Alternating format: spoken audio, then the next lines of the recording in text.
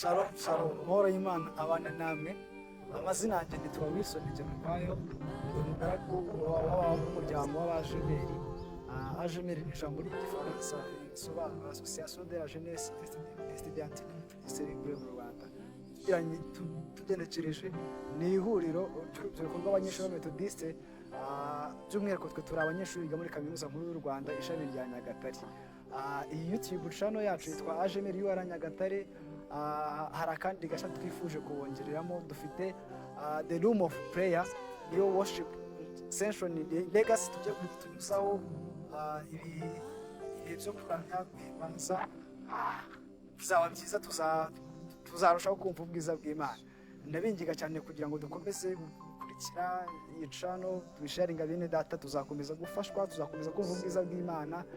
Turi kumwe n'abaririmbyi, hari abo dusanga muri Ajemel dusanganwe, hari n'abandi tuzaba turi kumwe nabo, Musabra, Benite ndetse n'abandi batandukanye, ndetse n'abandi mwifuza mujye mubatubwira muri message ya kugira ngo turusheho kumva ubwiza bw'Imana. Tuzaba turi kumwe n'abapianiste batandukanye bazajya badufasha nka kapiteni ndetse n'abandi. So ni abantu basanzwe bakora uyu murimo, kandi ntekereza ko muri worship section muzakomeza kumva ubwiza bw'Imana no kubona ibihe byiza muri twebwe. Ndabifuriza cyane gusangiza bene data aya makuru kuko ni ingenzi cyane. Tuzakomeza kuryoherwa n'ibihe byiza byo kuramya no guhimbaza Imana, kandi amahoro akomeze kugwira muri twebwe ndetse no mu bandi bavandimwe bose. Imana amahoro ibaho umugisha rwose, kandi ndabifuriza kuzafashwa n'ibi bihe byiza biri muri iki cyumba cy'amasengesho binyuze mu kuramya no guhimbaza Imana.